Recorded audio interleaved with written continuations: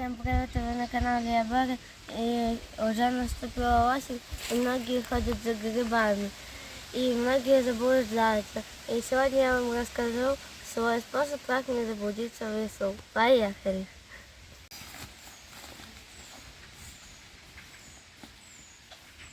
Мой секрет простой, я стараюсь запомнить ориентиры. Например, этот моток проволоки. А потом ты идешь до следующего какого-то пункта, да, и запоминаешь следующий ориентир. Да. Мгм.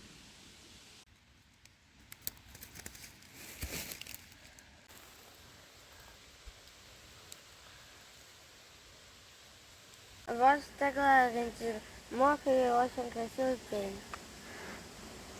Если ориентиры найти очень трудно, можно сделать их сами. Например, завязать ленточку на дереве, или построить шалаш, или еще наколоть яблоко. Ну да, как ты сделал, да? Очень интересно.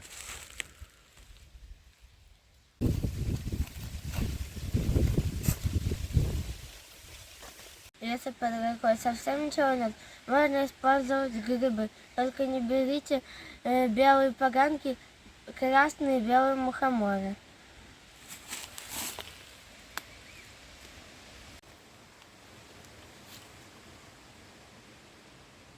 Смотрите, какой я ориентир сделал. Можете сделать ориентиры как угодно. Главное их запомнить.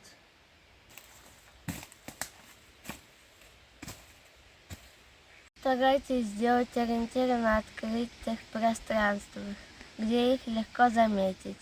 Я соберу грибы недалеко от каждого ориентира. Давайте вспомним ориентиры.